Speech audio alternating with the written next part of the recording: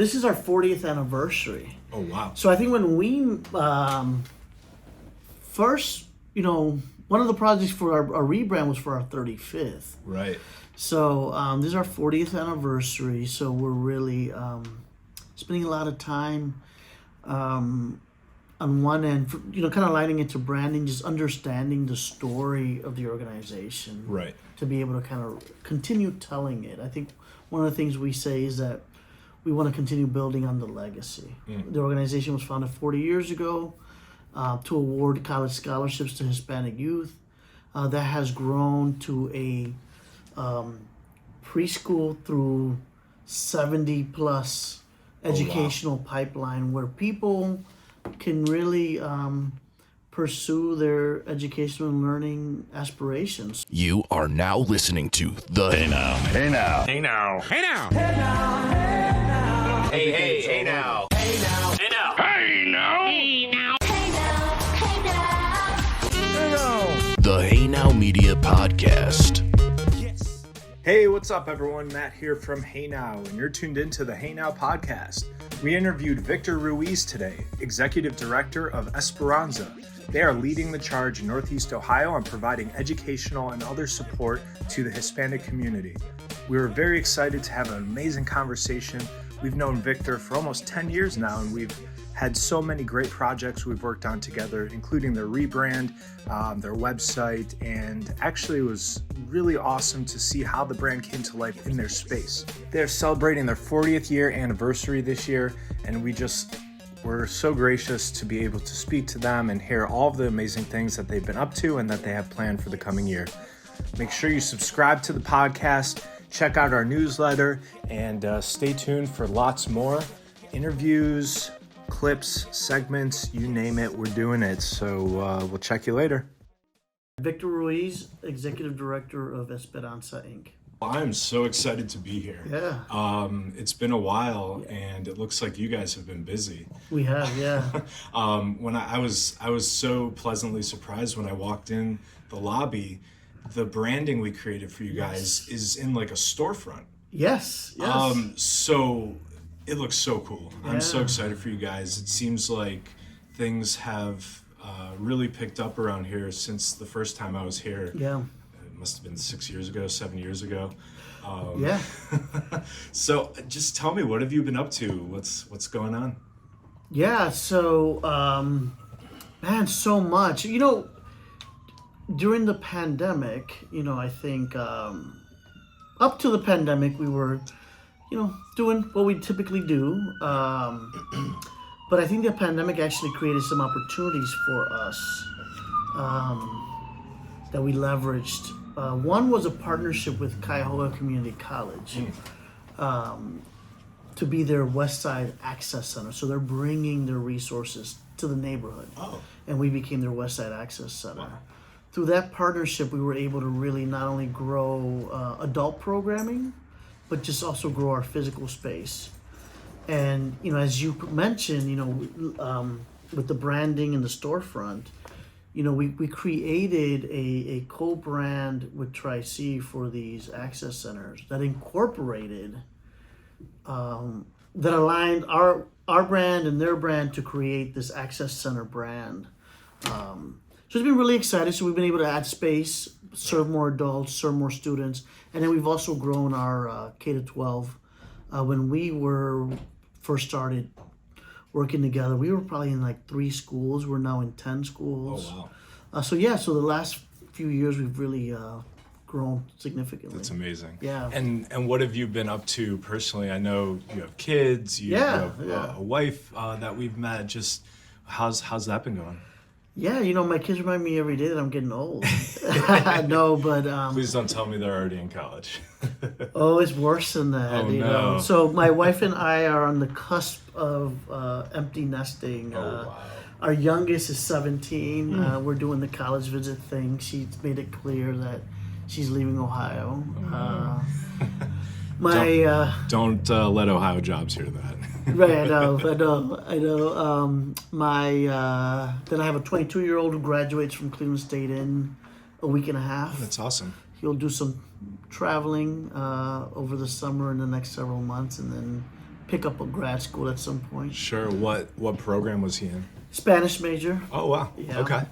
And then my oldest just made a career move from being a cabinet maker to dog training. Oh wow. And is really aligns with his passion. He enjoys it and really excited about it. Sure. Yeah. Yeah, that's awesome. I love dogs. Yeah. I wish I could get more. I have a wife not letting me, but Yeah, well, I didn't realize there were so many dogs out there. I know, right? You got to rescue them all. Yeah. But that's so cool. So tell me a little bit more about just the things at Esperanza. I noticed there's something going on here, a group. Just if people haven't heard of Esperanza, not sure about what they aren't quite sure of the work that you're doing. Yeah. What is that? Yeah, so, this is our 40th anniversary. Oh, wow. So I think when we first, one of the projects for our rebrand was for our 35th. Right. So this is our 40th anniversary. So we're really spending a lot of time on one end, kind of lining into branding, just understanding the story of the organization. Right. To be able to kind of continue telling it. I think one of the things we say is that we want to continue building on the legacy. The organization was founded 40 years ago to award college scholarships to Hispanic youth. That has grown to a preschool through 70 plus educational pipeline where people can really pursue their educational and learning aspirations. So Right. in the K-12, we're doing direct services, mentoring, academic support, helping students navigate, move along, and graduate. On the adult side, connecting them to trainings, career pathways, English as a second language, which allows them to access jobs. So we're on the 25th and Clark neighborhood. We're in 10 schools. We also work with a lot of college students. We give away about $120,000 a year in college scholarships. Wow. So that's what we amazing. do. Yeah. And you mentioned the location. I mean, you start to notice that you're getting close because there's just amazing artwork and murals and they're vibrant colors and it felt really cool. Yeah. As I pulled up, and I forgot you got to pull on the one street, so I missed it and turned around, so I got to see even more of it, which is great. But is the backpack program still happening? I remember that was a really big thing for you guys. Yeah, the backpack is the back to school event. So we, during the pandemic, we did a drive-through event, which worked out really well. But what was missing was that community feel. Connection, yeah. So this year, August 5th, we're bringing it back in person, bigger than ever. Wow. It's going to be at Max Hayes High School in the gymnasium because we want to bring resources, partners.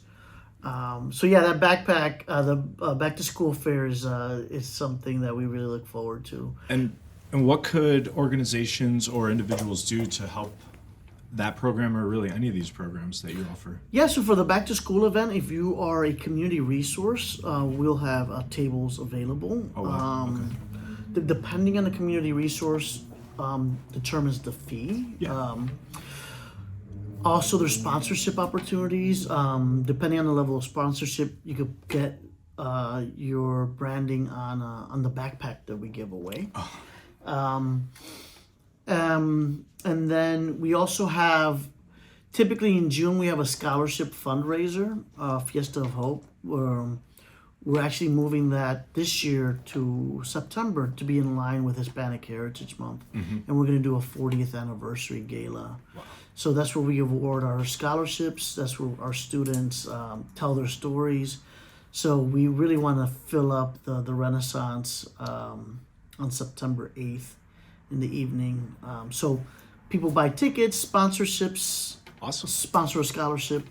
And then volunteers, we're always looking for volunteers to teach English particularly instructors or instructional aides. Gotcha. Yeah. And do people typically have any type of teaching background at all? No, or no, they're no, just patience. Okay. Yeah. Don't even have to be bilingual. Sure. But just there's always a lead instructor. So if you're bilingual, have experience teaching, you could volunteer as a lead instructor.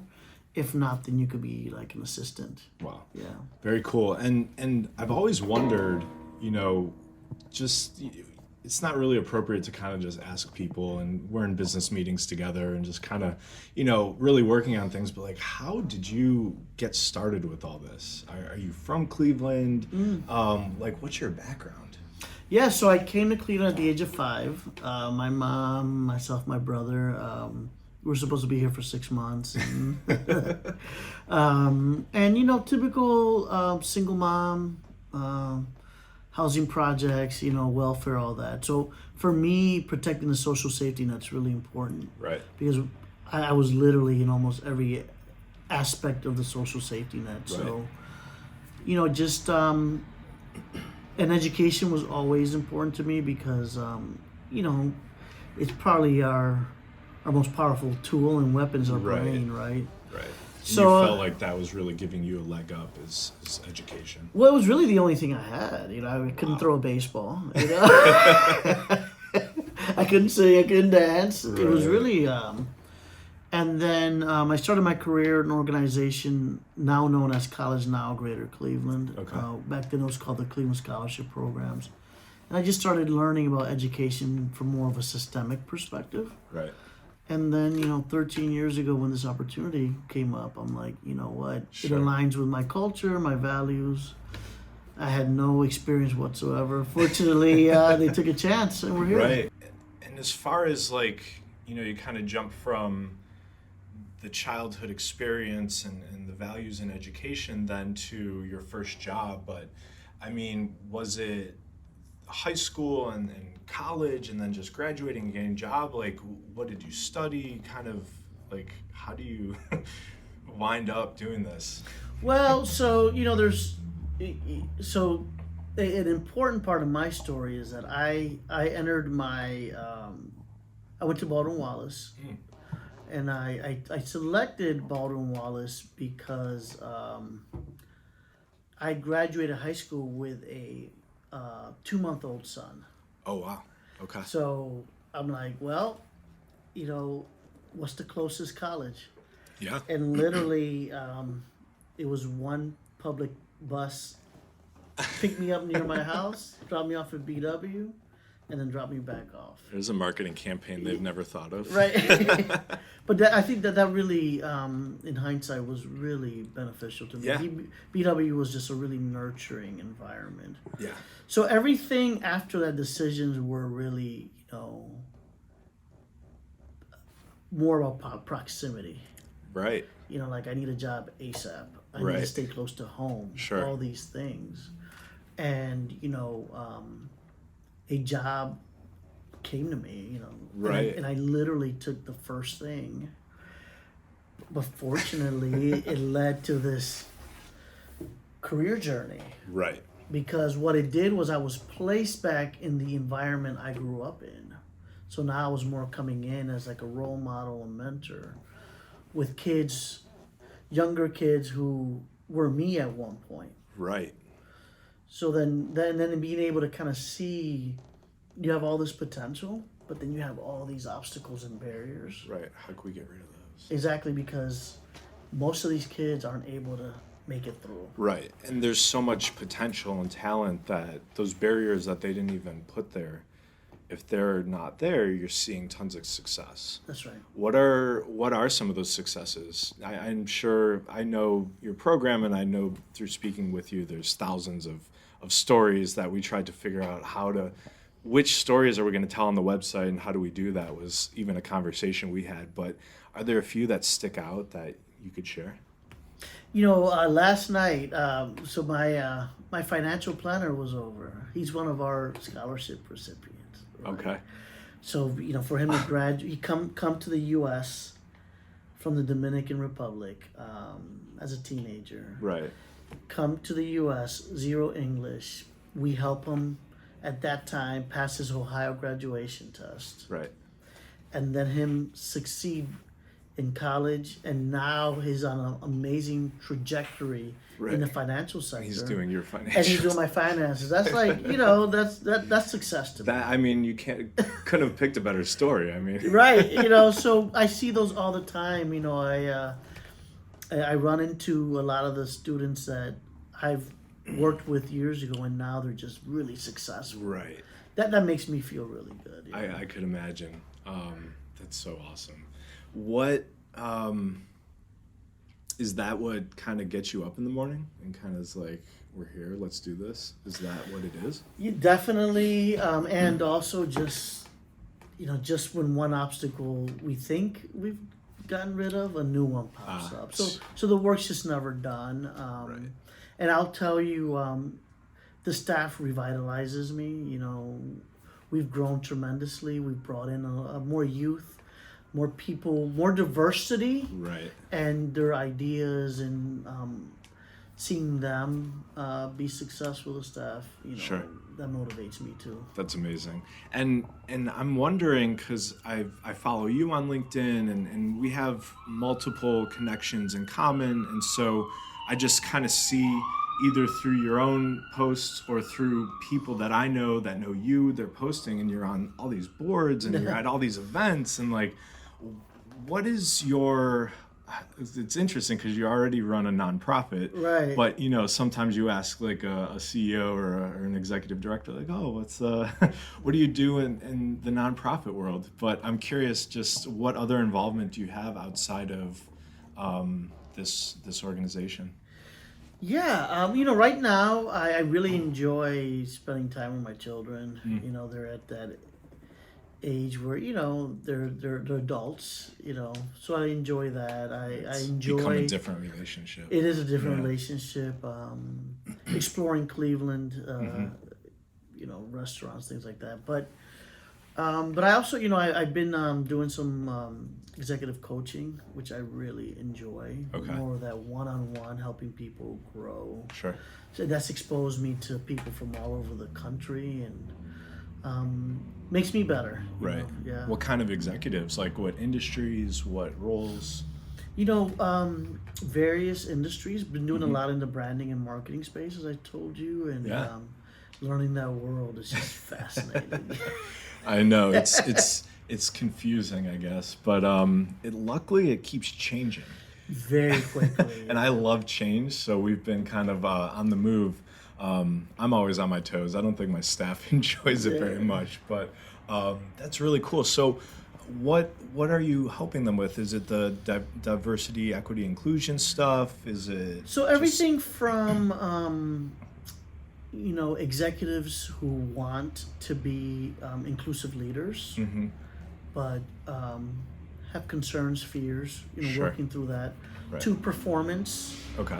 to working with individuals who want to move up the ranks in an institution. So, Sure. Yeah. And do you find that the experience here in growing and developing this organization, this staff, and the success you have, I mean, everyone in Cleveland that I run into knows who you are. And I'm like, oh, I'm going to talk to Victor. I was at Cleveland State. And they're like, oh. So yeah, Colette over at Cleveland State says hi. Yeah, great. Yeah, it's just, is that the experience that kind of you're now bringing to other people that you were able to utilize here? Yes, and vice versa. I think it's helping me even improve. Because you go from this mentality of I'm in charge, top down, to Right. more of a collaborative. Right. Get as many voices in Interesting. type of mindset. Right. Yeah. That's so cool. It's really interesting that you went to Baldwin-Wallace. Yeah. Just because we have actually worked with pretty much all the universities in Cleveland, except for John Carroll. What's up, John Carroll? But we've found that Baldwin-Wallace produces the best talent. And it's really interesting because I grew up in Cleveland. I knew Cleveland State, Kent State, Akron, like, you know, my sister went to OSU. And to know that this is like right here next to the airport, just, Yeah.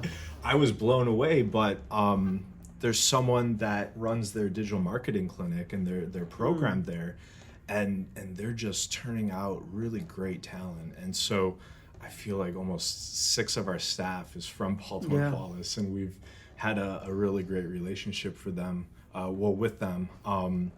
So I guess as you were going through that, you went undergraduate. Did you get your master's there as well? And No, I got my master's at Cleveland State. And this is Doctor of Public Service. I got an honorary doctorate a couple of years ago. That was fun, yeah. What was that like? So, completely surprised, and I had to give the graduation speeches, and it was rainy and cold, but and it was outside because it was during COVID. I think it was in 2021. Oh man. But that was, it was quite an honor to get that. Yeah. That's so cool. Yeah. What are these? Like, how did you get these? Oh, these shovels. Okay, so I'm on the board of Cuyahoga Community College, so which is very important to me. I'm on my 12th year. Wow. And we had a bond issue that was passed by the voters to do about $250 million in construction. And fortunately, I was chair at that time. So every time they broke ground on a new building, I got to keep a shovel. That's so cool. And so I like these shovels a lot. They're amazing. Yeah. We actually do a ton of work in real estate, and all of our real estate clients, a few of them get the gold shovel. Yeah, I haven't gotten one there. Yeah. So I don't know. Maybe Cameron, you'll have to let us know. What do you do for the gold shovels? Right. We want to get Victor a gold shovel. That's funny. Very cool. So, what do you think is your most interesting thing about your skill, thought? Like, what would you say? Oh man, that's tough.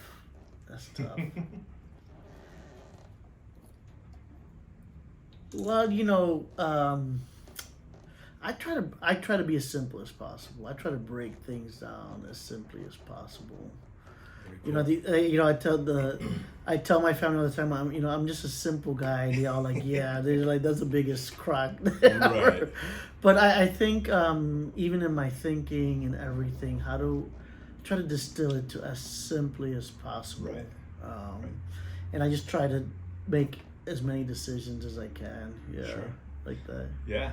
Yeah, and I mean, that makes sense, because you kind of look at the levels of where people are at that you interact with. I mean, you're chairs of boards and you're working with corporations, and you're also working with people who are struggling to learn English. Yeah, right. And so, like, maybe that's a contributing factor to how you're able to bridge the gap with all these people and just help and bring it down to just anyone's level. That's really cool. Yeah. Something else about me, I'm very clumsy. So yeah, I fall a lot. I twist things a lot, so. Watch out. The joke Don't is... knock my camera over. Please. No, I won't. The joke is that I trip over the flowers in the carpet.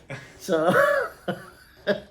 That's a good one. I've never heard that one before. That's been my label for a while, yeah. That's so funny. And what do you love most about working with the community you're working with? People. I think it's all about people, and seeing them progress, however they define progress. Right. That's really what I enjoy. Very cool. How do you define progress? For myself, I just doing better every day in all aspects. I don't like complacency. I don't like taking steps backward. So just being able to see progress every day. Yeah. Absolutely. And that is very, very evident here as I walk through the door and I see the changes and everything going on and the energy and excitement. So I feel like this is an amazing place to stop. We'll definitely put all of the B-roll of the office downstairs, everything going on here so that people could actually see it and experience it. But it's been so great just catching up, and I've always loved speaking with you, and this was great to take a moment. I know We're excited about 10 years, but to be celebrating 40, Yeah. that's incredible. So, thanks again. No, thank you, man.